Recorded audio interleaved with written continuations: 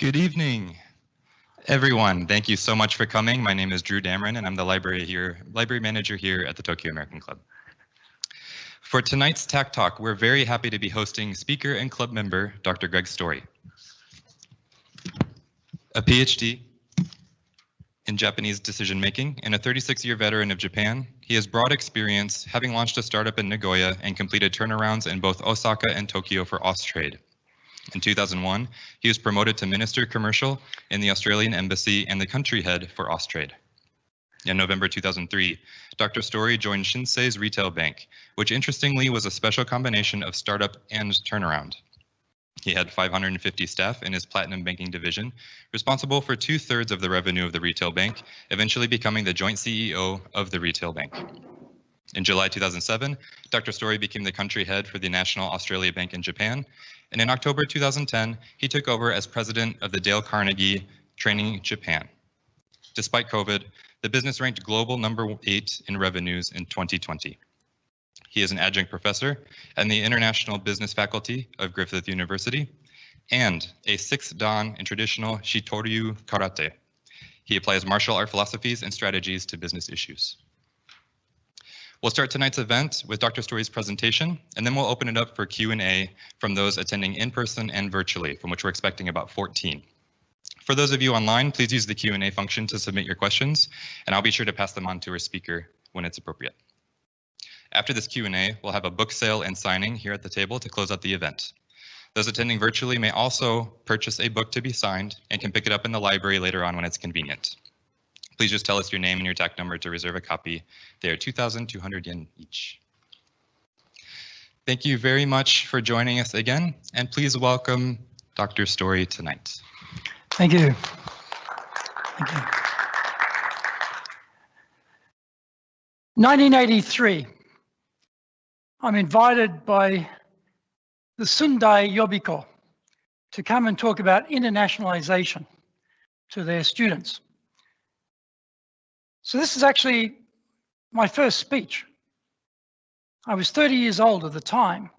You might be thinking, how come he didn't give a speech before he was 30? A very simple reason. I was terrified of public speaking, and I ran away from every opportunity to speak in public.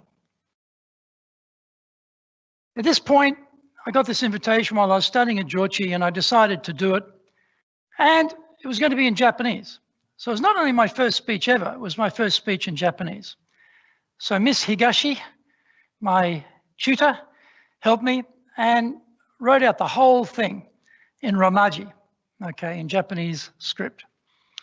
So I go to the Sundai Yobiko and students are there, and I'm very nervous, I'm hot, pulse is racing, throat's very dry, knees are knocking, and I've got my text, and I look down, and I read the whole thing.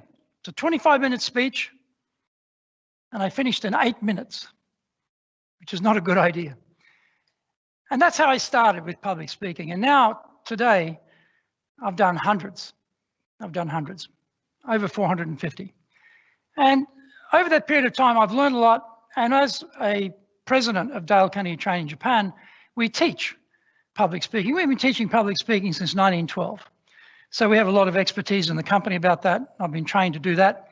So when we have classes, we have students, we see what people struggle with. I also observe very carefully public speeches that I see. And so I'm looking for what people are doing.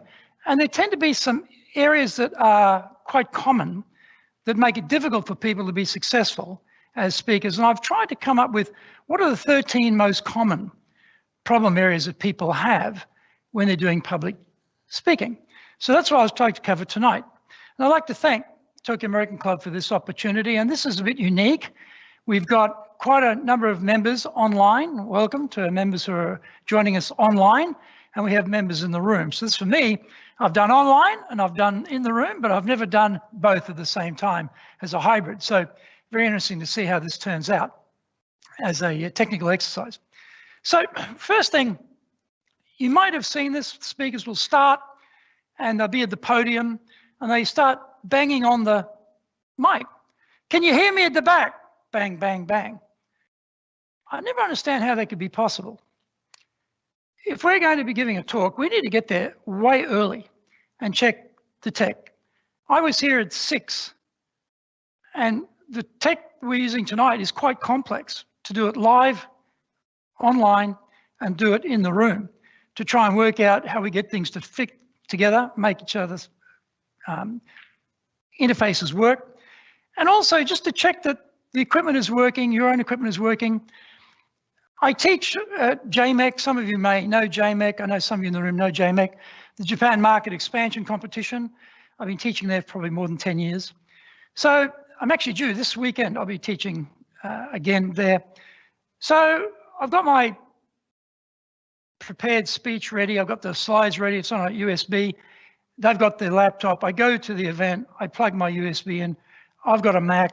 They've got Windows. So suddenly all of my slides are all over the place. It doesn't match up. But you get there early and these things happen, you've got time. I finished to reset all those slides. I had 2 minutes and I got there early. If you got there just in time and you turn it on and suddenly your slides are a mess, you can't do anything about it.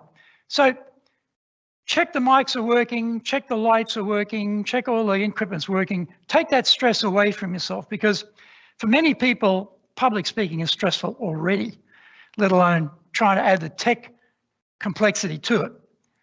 So who is in the audience tonight? Who is online? I need to know roughly who I'm talking to, because if I don't, I might pitch it at a too complex level and people can't follow it, or it might be a too simple level and people are insulted. Oh, why is he dumbing it down to us? You know, where's the right level? And what's the interest of the group? And what's the complexion of the group? Age, gender, these types of things. And I was reminded of why this is important. There was might even be in this room actually. There was a senior executive, a lady, senior executive, very big American multinational, huge company. And she was talking on the subject of personal branding. And there's probably about 50 people in the room. And you know, you exchange business cards, so you get to meet, get an idea of who's in the room, what companies they're with. Her talk was about personal branding inside a massive, big American company. That's the topic of the talk. And I was sitting there thinking, wow, I met quite a few people in this room. I don't think anybody in this room is working for a massive, big American company like she does. So she's pitching to an audience that's not really relevant for the content of her talk because she didn't know who was in the room. So we've got to understand who are we talking to when we're preparing to have that in mind. How technical are they? What are their interests? Male, female, as I say, age group, these types of things. So how complex is that? So Drew's organized the event. I contact Drew. Drew, who's coming? Who's online? Who's coming today? So I get an idea of who I'm talking to before I start talking. It's a very wise move to make, because then your audience will appreciate that the level is at the right level for them. So if we think about planning, one of the things I noticed for a lot of people, planning means, right, get the slide deck together. Start from the slide deck. What slides have I got from previous presentations? What data have I got that I can bring into this, create new slides? And they start from the slide deck. Better way to do things is to start from designing it back to front. Start with the close. Start designing how you're going to finish the talk. Where will you go with this talk? What's the purpose of the talk? What is the key point of the talk? And try and get that down to one sentence, which is extremely tough to do that. But if you can really hone it down to just that one sentence, it'll be very clear what is the purpose of this talk. Once you've got that very clear in your own mind, then you think, okay, well, that's what I believe. Here's my key outcome. Here's the thing that I want to say, my purpose. How do I prove that? How do I prove to people what I'm saying is true? So I need to have some points, like mini chapters of the talk, and I need to have evidence. Evidence could be data, it could be testimonials, it could be stories, it could be any number of things, statistics or whatever. But I need to know that I can prove what I'm going to say. And the last thing we're going to design actually will be the opening. And when we're designing the close, okay, that we do that first, we actually need two of those. We need one for this part of the talk, and then after Q&A. We'll have Q&A tonight, so I'll get to the end, I'll close it. Then I'll say, now we have time for questions. Drew's going to coordinate that. We'll do the Q&A, and then we'll finish it there. I'll talk about Q&A in a moment, but two closes. And the last thing we design is the opening. Now, you know, I'm talking to Christian before. He's a very high-powered executive. He's a very busy man. He's in a very complex industry. And so his mind is full of what's happened today. He's had a lot of crises to deal with, a lot of staff issues to deal with. When he comes in here tonight, it's already full. So the opening has to be something that separates the workday from this presentation. It's got to take people's minds off their problems and get them in the room with you, concentrating on you. So I started with a story, a true story about my disastrous first public speech in 1983. So it's interesting to hear other people's failures and problems. We're attracted to that, to learn from them. So that story brings you into what I'm going to talk about and gets the day cut off, and now you're with me in the room. So your start has got to be a blockbuster, because we've got a big enemy today. And that big enemy today is this thing. All of us as presenters are going to struggle with mobile phones in the hands of our participants or our guests in the audience, because they can escape so easily. We are now in the era of distraction. If people are not really gripped by what you're saying, then they will just whip out the phone under the table. Next thing you know, they're scrolling, looking at their email, going to the internet, checking their Facebook page, and they're gone from you. You've lost them. Now, that is a terrible, terrible, terrible result for a speaker. And as I say, I've been speaking for a long time now, but it's never been more difficult for us. So our openings have to be really able to cut through and grab people's attention, because the phone is right there. So when I think about it, we teach high impact presentations. We've got some graduates in the room tonight too. 5 years ago, if I asked people, how long does it take to really connect with someone? They used to say 10 minutes, 30 minutes. Today, it's very short. I'll talk about that a little bit later. But it means that short attention spans, we've got to grip them. So the opening is very, very critical. We've got to get that right. So start from the close, design the purpose. What's the key message? Work backwards. What's the points I need? What are the points I need? What is the evidence I need? Finally, we design the close, right? And so the opening, I should say. And then away we go. So if we think about, well, rehearsing too is another thing. People spend a lot of energy on the slide deck. All the time, busy people, consumed, time poor. Actually, these phones, you know, this technology today, this is supposed to give us more time. But ironically, we are all time poor. So what happens is we shortcut everything and we say, right, okay, I've only got a limited amount of time, I'll go to the slide deck. The problem with that is there's no rehearsal time. So to know how long your talk will take, the flow, the cadence, because often what you think will take a short amount of time takes longer. Things are not clear, or you don't get the right flow to make the navigation easy for the audience. So rehearsal is a key point. Make all your mistakes in the rehearsal. And sometimes, even though you rehearse, things still go wrong. About 5 years ago, I was in Vietnam. I was there for an APAC Dale Carnegie convention. I was a final motivational speaker at the very end. Now, I had done probably 15 rehearsals for this. And I don't know if you know this, but if you're in a hotel room and you turn out all the lights, the windows become mirrors. So, you know, the night before, I'm pontificating and gesturing and doing my whole talk, my final practice before the day. So you think, good to go.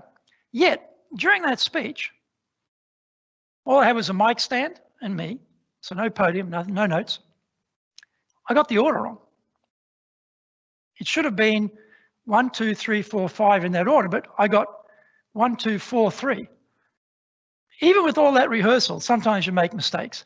But The ability to recover is much stronger, even if you make a mistake, because you've done the rehearsal, because you know, oh, okay, I mixed up the order. I'll fix that and I'll keep going. So rehearsal is critical and we don't give it enough time. And if you can get feedback, it's very good. But with feedback, be very careful. The people around you will give you critique. Oh, that wasn't any good. Oh, that was terrible. Oh, you missed this. You messed that up. That wasn't good. You don't want that type of feedback. You want, what did I do that was good? How do I make it better? That's the only type of feedback you want, because it's stressful enough to be a speaker, and to get critique from people around you destroys your confidence. So you need to tell them how to give you feedback. That's very, very important. So we talk about the planning. This is, sorry, with the, not the planning, with the personal branding. The thing that I found with public speaking is we judge you and we migrate that to your whole organization.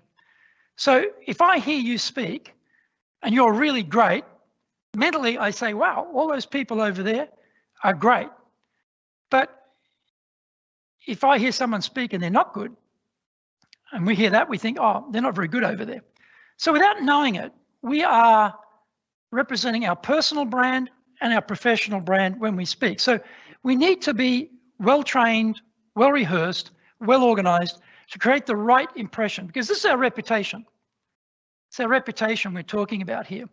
And personal brand can make or break you in terms of how people regard your company and regard you. And as I said before, that lady was talking about personal brand. I had an interest, didn't actually fit at all to what I needed to know. But with personal brand, think about it. How will I project what I'm going to say? How will I engage the audience? How will I leave them with a strong message that they will think very well about me, and they'll think very well about the message and the organization? It's a high stakes thing. I'm very interested about Clubhouse, because Clubhouse is public speaking with no rehearsal, no prep. And yet people are putting their personal brands on Clubhouse with no safety net. They get on Clubhouse and they start talking. They don't have any points to talk about. They haven't worked out what I want to say. They're just going freestyle. And you can come across as someone rambling, incoherent, not very clever, and not making any key points, and destroy your reputation. But people are rushing into Clubhouse without thinking, this is a public presentation. This is your personal brand you're putting out there. So it looks like a simple thing. It's a dangerous thing. So if you're going on Clubhouse, make sure you're organized. So data is one of the things people think, well, look, I don't have to be a good public speaker. I've got terrific information. I've got all this great data.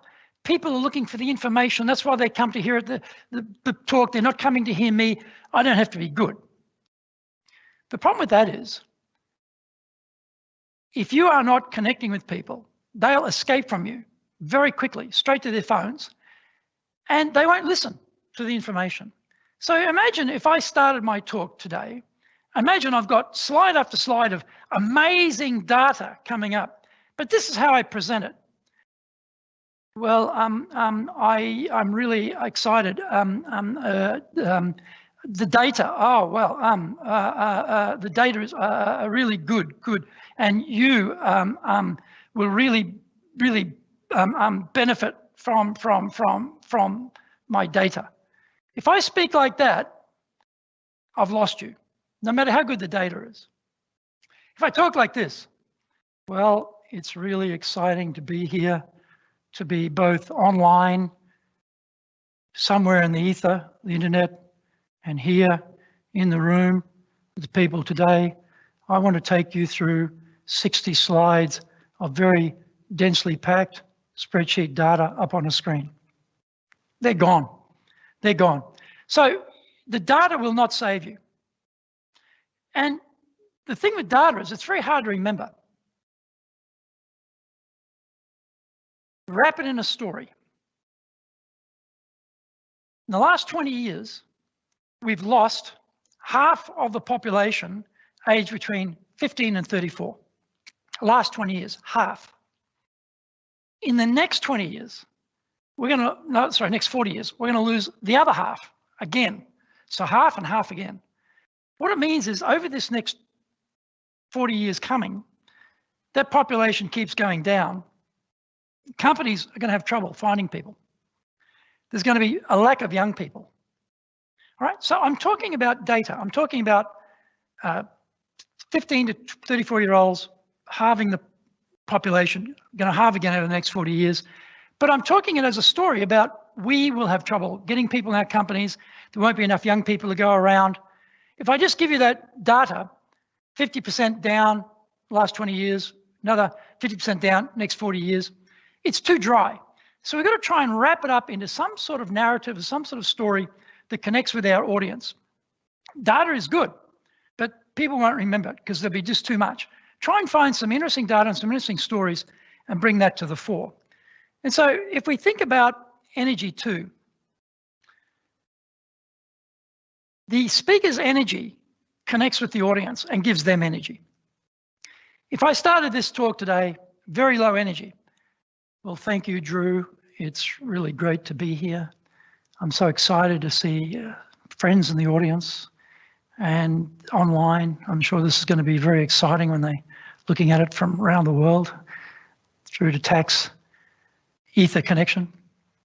It's so low key, it's so low energy, you start to lose energy to listen to me. So as a speaker, we've got to have more energy. We're not having a conversation. If we're sitting next to each other talking, that's one level of energy. You're not yelling at someone. But when you're up here, you've got to lift that energy above the normal conversational level. If we're dealing on a screen at home, Zoom meetings or WebEx meetings or team meetings or whatever it might be, the video sucks 20% of our energy. Just takes it straight down, 20%. So we have to project 20% plus to get back to normal levels of energy. So think about that the next time you're having a Zoom meeting. Drive your energy up 20% and you'll be at normal levels because now you're down by 20. Everyone in the media who deals on television, they know this, so they amp it up. And so as a speaker, you need to amp it up too. And particularly when you're making points, it's very common for people to make a key point and then just let it fade out like that. The sentence just dries at the end. So we've got to be very careful of that. We make a key point, we want to make sure it drives up at the end with strength at the end, crescendo at the top. Don't let it fade out. I was at a talk quite close to here. It wasn't here at TAC, but it was quite close. And a young American woman was giving this talk. She was quite well spoken, but a bit soft in the way she spoke. Didn't have a lot of energy, very much underdone. It was very hard to stick with her because she's not giving out any energy to keep you awake, right? So these things become important. Project more than you would in a normal conversation. If it's online, at least 20%. And I'm probably doing maybe, I don't know, 30 to 40% more than I do normally in a conversation to give you the energy. So dress is important in the sense of, depending on the circumstance. Japan tends to be a formal country, so you tend to be more dressed up than not. But if it was a tech industry event, I probably wouldn't be wearing a suit, right? I wouldn't be casual. I'd be like this, full battle dress. And we've got to make sure that what we're wearing is not competing with our face. This slide deck competes with our face. There's a lot going on up there. So we've got to make sure the face is really working well, but we don't want things like a really puffy, pocket chief, or for women, some big flowery scarf or something like that is competing with our face, because the face is 1,000,000 watts more powerful than that slide deck. So we want people looking here. So dress for the occasion, but don't overdress. Right, I've got a very plain tie on, so it's not competing with my face. Right, I have a very subdued pocket chief, so it's not competing with my face. So we've got to think about these things because we want all the attention on us as the speaker. And I talked a little bit before about first impressions. As I said, 5 years ago, people used to say, oh, 30 minutes to make, get a first impression of someone, 15 minutes, 5 minutes. In our high impact presentations classes, when I ask people that, 2 or 3 seconds. That's what they're talking about. I judge people on first impression in the first 2 or 3 seconds.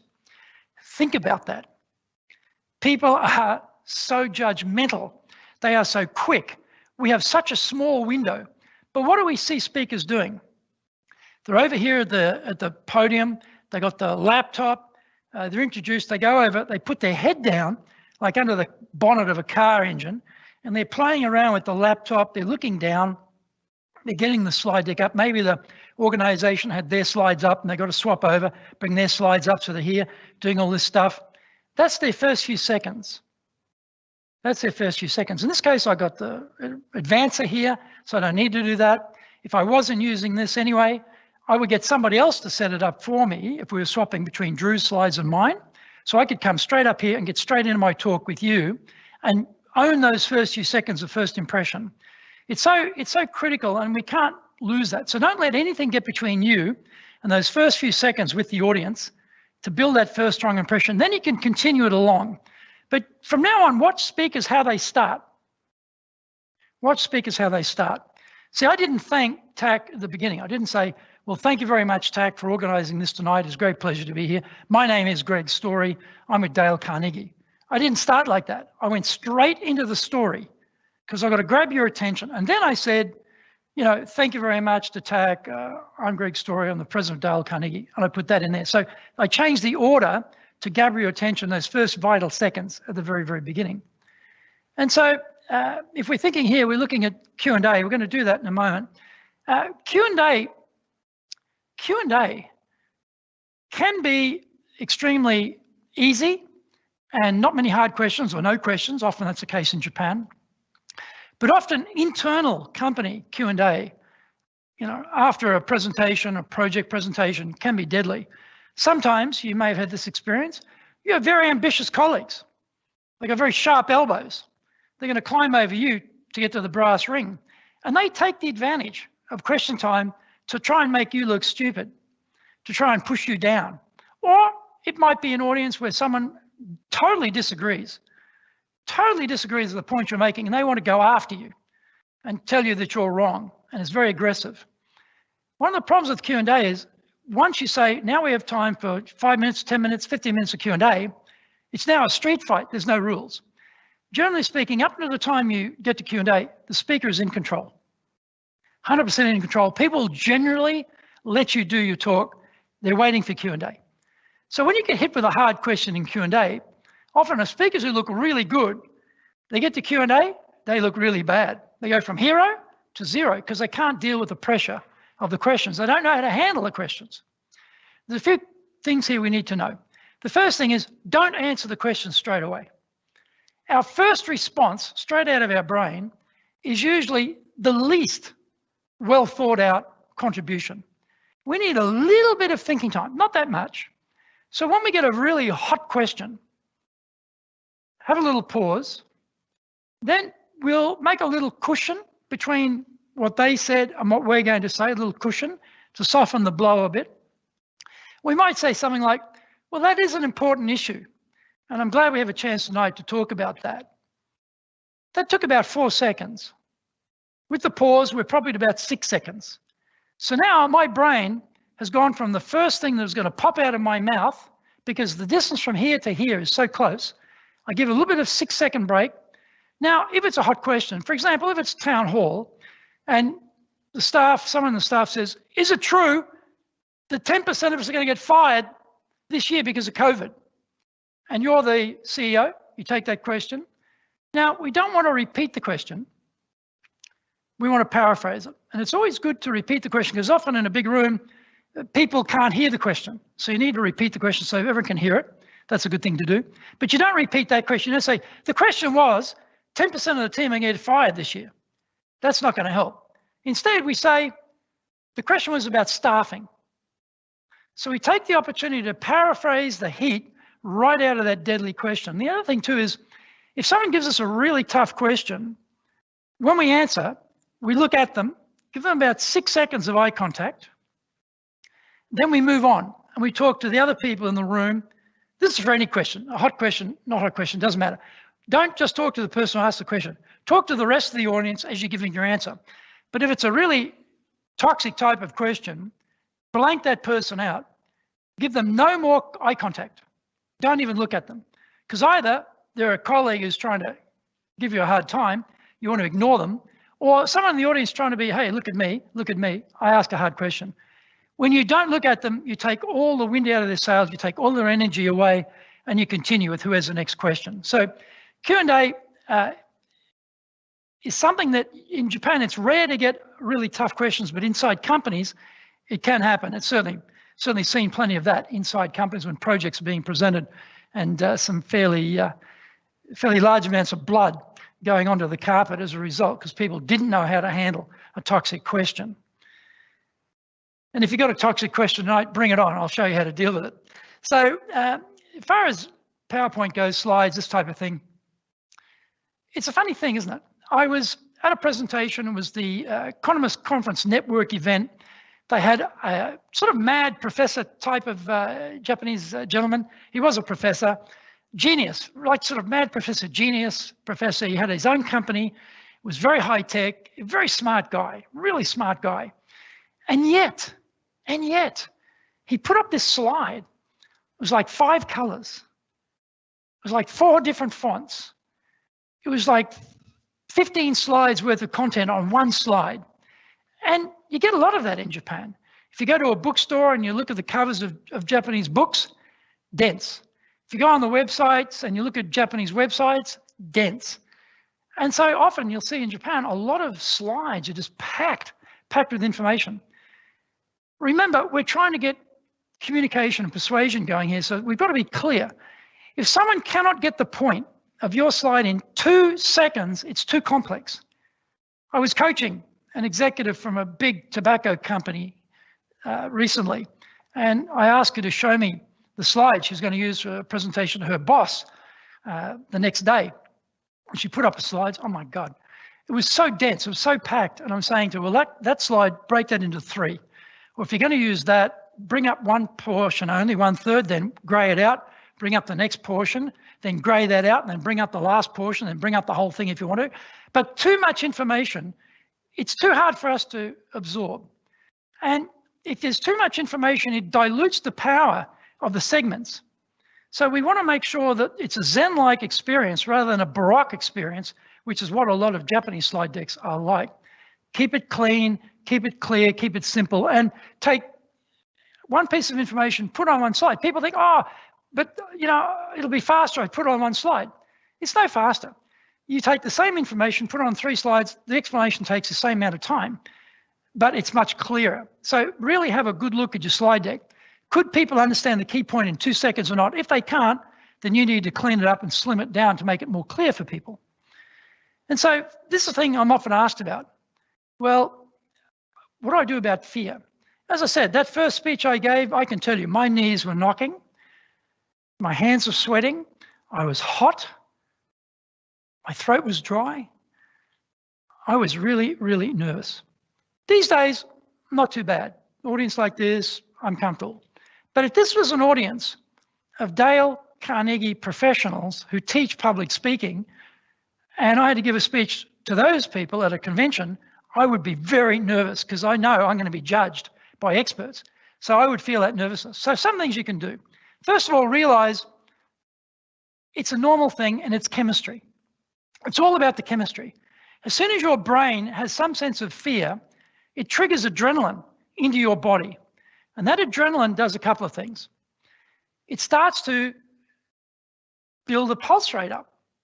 Pulse rate goes up. When the pulse rate goes up, you heat up. That's why your palms start sweating, your throat feels a bit dry, you feel a bit hot.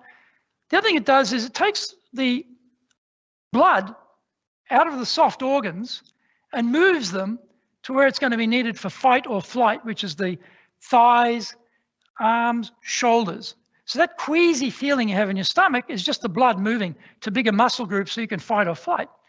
So once you understand that, oh, this is why I'm feeling like this is because the chemicals are moving, you can't stop it.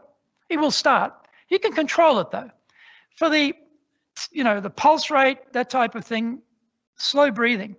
So deep breathing, lower diaphragm breathing from right down here is good. Slow. Don't go too hard because you'll get dizzy. You've got to take it very slowly and gradually you'll produce oxygen into the brain, you'll be clear, your pulse rate will start to slow down. If you're in a green room out the back or if there's a place people can't see you, like for example, if I was nervous about this talk, There's a room next door. I asked for that to be opened up. I'd be pacing like crazy around that room before I came in here to burn off some of that excess energy I'm feeling, some of that tension, just burn it off. So by the time I walk in here, I'm calmed down. I've then dropped my breathing right down, so I'm good to go. So these are things we can think about with fear. Understand it's a natural thing. It's a chemical reaction. You can control it. The other thing too is people want you to succeed. They want you to give a good presentation. They're with you. They're not against you usually, right? So if you make a mistake, don't show it. Don't refer to it. I saw a speaker give a talk and she was with a slide deck. She'd obviously memorized the slide deck and the points. And she was going okay. She was blonde, she's attractive, she's tall, she's American, you know, very articulate, very sort of great presence, you know. She got about 5 minutes into it, and then she lost the memorization, synchronization with the deck, and she started to panic. And then suddenly she said, I'm getting nervous. I have to take a deep breath. Well, she was going great guns.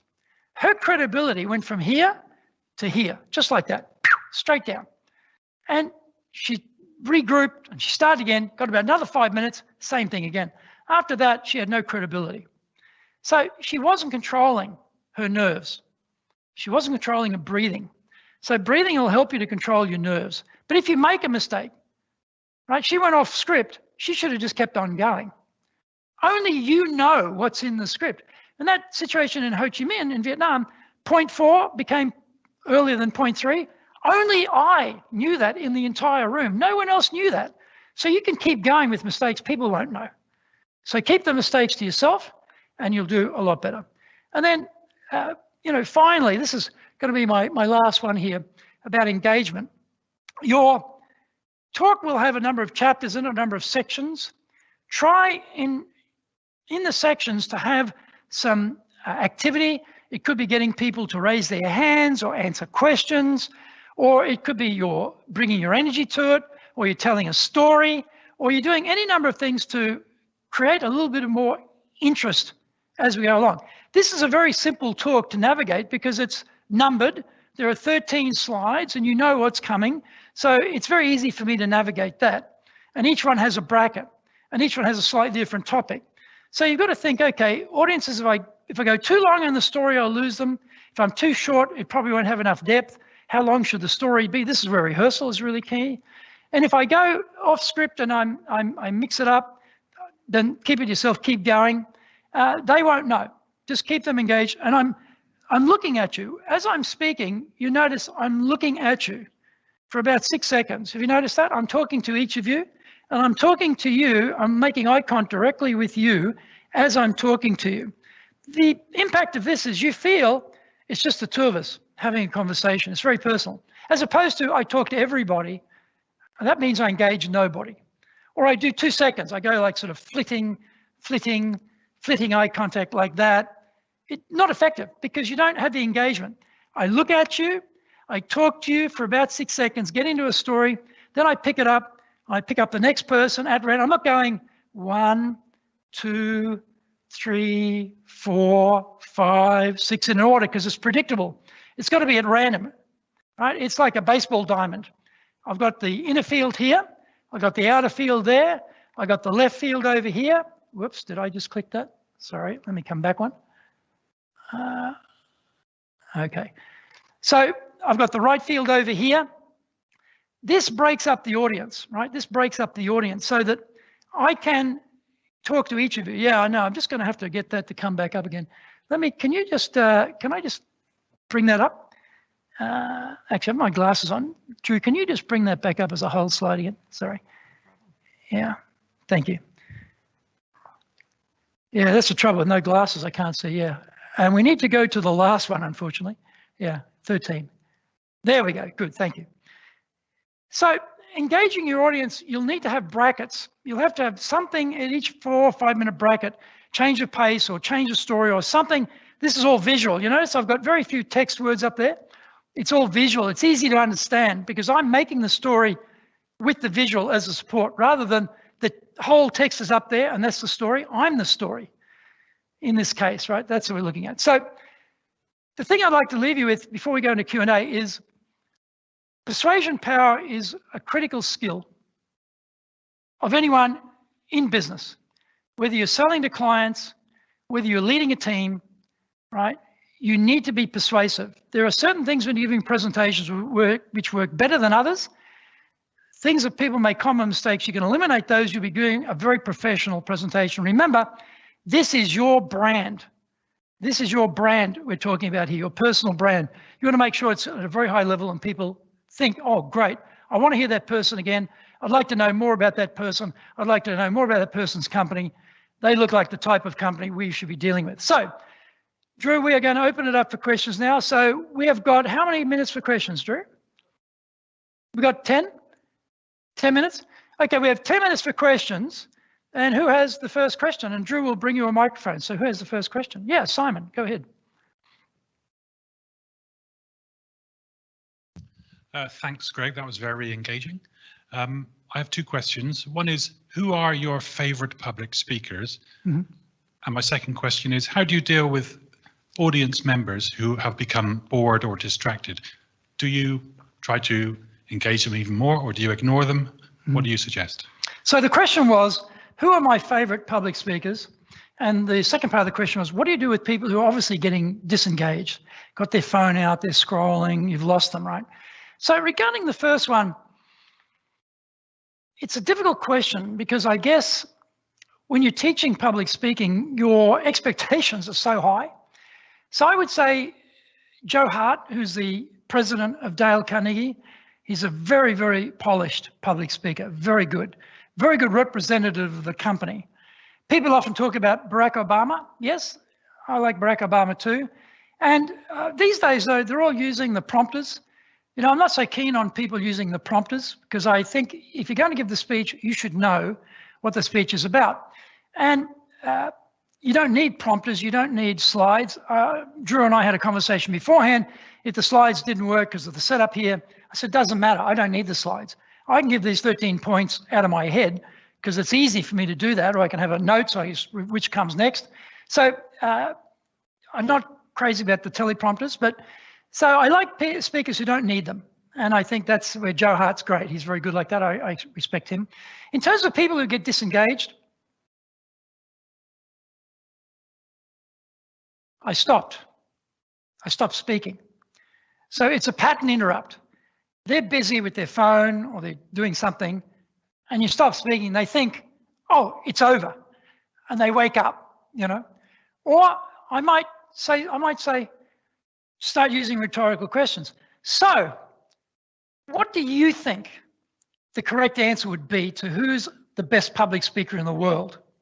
Now, you don't know, is that a real question? I'm going to require an answer from you, or is it a rhetorical question?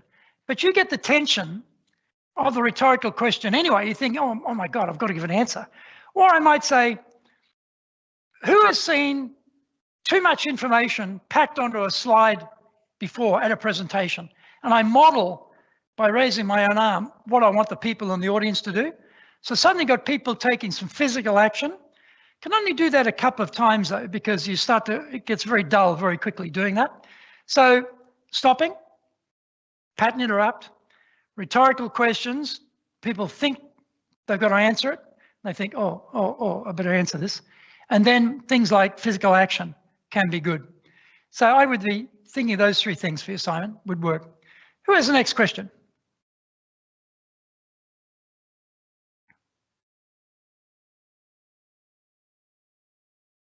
Well, this is such an easy audience. I love this.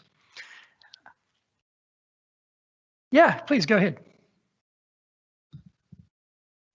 So thank you for the opening story, very nice story. What was the next step when you felt comfortable with the public speaking? What was the change that make you feeling, okay, now I'm a good public speaker? Thank you. The question was about, given my first story, which was a complete train wreck disaster, at what point did I become comfortable with public speaking? Now, that's a very interesting question. Thank you. Did I learn from that near-death experience as a public speaker? Did I say to myself, well, that was a total disaster. I'm going to have to do this more in my career in the future as I move up through the ranks. And I should go and get Dale Carnegie training, for example, or somebody else's training on public speaking. No, like most people, I did nothing. I just bumbled along for the next couple of years until I got to a stage in my career where I had to do quite a number of public speeches. That was really probably about 1992 when I became the consul for Australia in Nagoya. And most of the speeches I was doing in those days were in Japanese. And so I was often invited to come and speak about Australia because, you know, having a consulate, it was a brand new consulate. I opened it in 92. That was a big deal. And so people really looked for that. Did I move something again? Yeah, there we go. And they wanted me to speak. And so I got a lot of invitations, and suddenly I got a repetition, which I found was very advantageous because when you do it more than once, could be the same speech or similar speech a few times, the repetition helps you. And after that, after I'd done probably about 20, I started to get more comfortable, even in Japanese. And I always worked on the assumption that my Japanese is not perfect, but communication is not about linguistic purity. It's about getting the message across. So even if it's not quite right, if I say in Japanese, watashi ikimasu Tokyo eki, Japanese speakers will go, yeah, he means I'm going to Tokyo Station. They make the connection, even if it's wrong. So you can get away with a lot. And so I found that repetition was good. And I've had occasions where I've been able to do big venues, about 5,000 people. Unfortunately, it's very hard to get that many opportunities in Tokyo to do 5,000 people. But I always realized, what I really want, I want 10 of these in a row. Every week, for 10 weeks in a row, I want 5,000 people audience and learn how to deal with such a big venue. Because when you do it very periodically, it's very hard to learn how to master that big scale, that big space. And that's where the repetition comes in. So my advice to anyone, and I know there's some people online tonight from Toastmasters, which I think is a great organization, gives people the repetition, gives you the chance. It's good. That's how you get better. And like me, first 30 years running away from public speaking, well, I finally got religion about it. And I finally started doing it. And that changed everything. Changed everything in terms of skill and the pleasure of it. At some point in time, after those first 20 or 30, I started to enjoy it. I started to enjoy it. And I do enjoy it. I enjoy it now. So it's very comfortable for me. I like speaking with people. I like to get a message across. But it probably took me, and I got probably 20 in a row pretty quickly over probably that first year. You know, so that's quite a few in a couple of weeks. It happened like that. So grab the opportunity. Well, if you're worried, get the training. Get the training, then you'll be ready to go, and then look for the opportunities to speak. I'm always constantly, even now, I'm constantly looking for chances to speak so I can improve what I'm doing. And this is being videoed tonight, so I can watch myself later.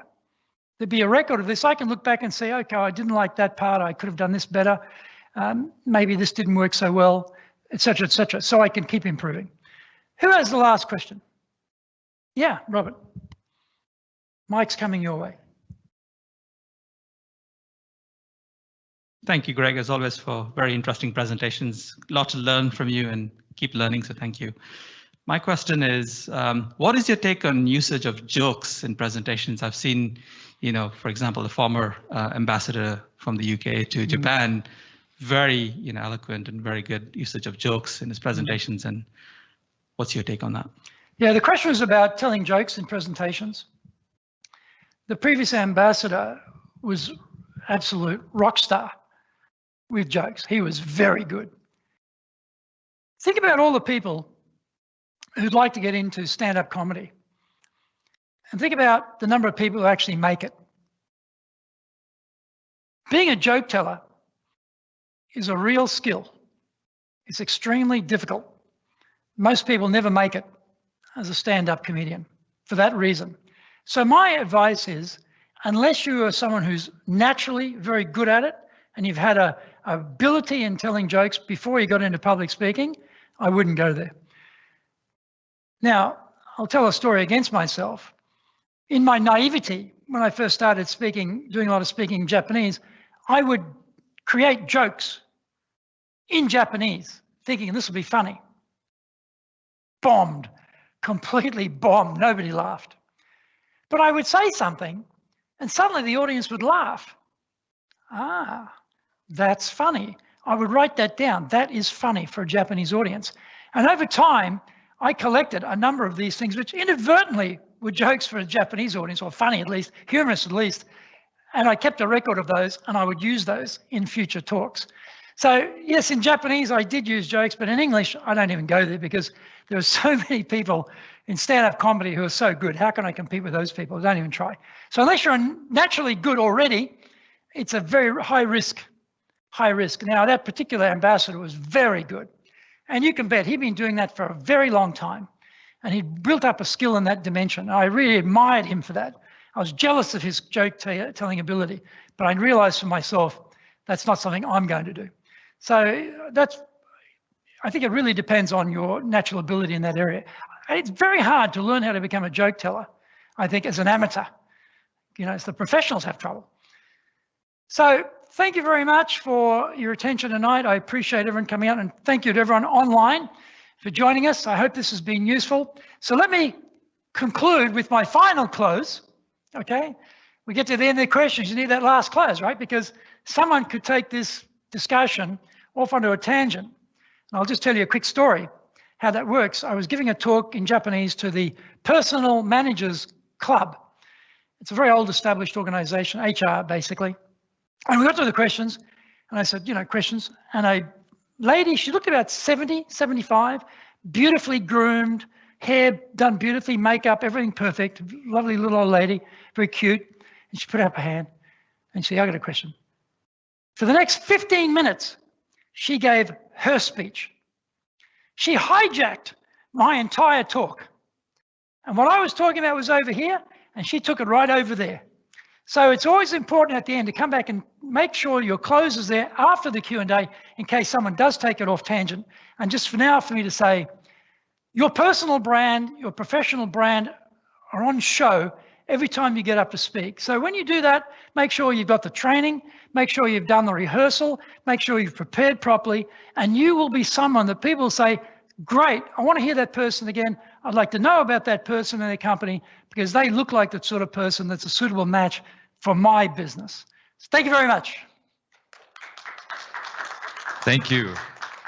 Mr. Story, just to make this a truly hybrid experience, we did get one question online. Oh, good. Okay, I'll now take the online question. What was the question, Drew? We got one from Vipu. Are there any tips to be kept in mind when your presentation is being simultaneously translated in another language? Okay, so the question was, are there any tips to keep in mind when simultaneous translation is underway? In the introduction, Drew mentioned I worked in the retail bank for Shinsei. And in those days, they had a permanent staff of about 8 simultaneous interpreters because a lot of the execs in the bank who were foreigners didn't speak Japanese. And a lot of the Japanese long-term credit bank people who'd come into Shinsei didn't speak very good English. And so I found the problem there was speed and idioms and humor. Coming back to your point before, Robert, about humor. Humor is difficult to translate. Idioms are difficult to translate. And when it's too fast, the translators have to reduce what you said down to a shadow of your main point. So it's good to talk in short bursts and have pauses. Now, if you have done consecutive translation, you know that if you keep talk, then the person has to do the consecutive translation. They can easily get lost. They can't remember what your points were. Simultaneous translators burn out every 15 minutes. They have to have a break because it's so intense. Has anyone here done simultaneous translation? Ever tried it? Yeah, it's not easy, is it? It's extremely wearing and tiring. And so you need to have a break. So try and make it easy on the interpreters by having short sentences and breaks in pauses.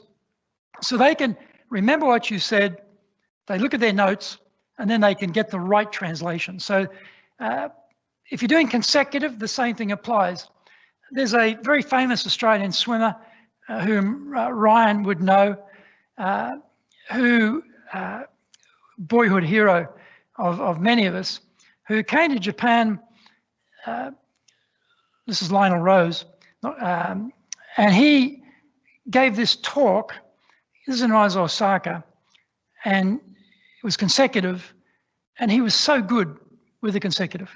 He was so good. He would speak, stop, interpretation would be done, then he would pick up the thread again perfectly and move on. That's very hard. When you're doing consecutive, you talk and you stop, and they're doing the Japanese, then you forget, oh, what was I going to say next? You lose the thread. It takes a lot of concentration in consecutive to keep the thread of what you're saying and have the discipline to let the interpreter do their job, but for you to keep the track of what you're saying. So there's some key things for interpreters. So again, this is part of your professional toolkit as a speaker, if you're doing interpreting, to know that and to pace yourself accordingly. Because again, this is your personal brand on show here. So next time you're on Clubhouse, for example, remember, you are live and it's your brand out there with no safety net, and good luck with that. So thank you again. Thank you.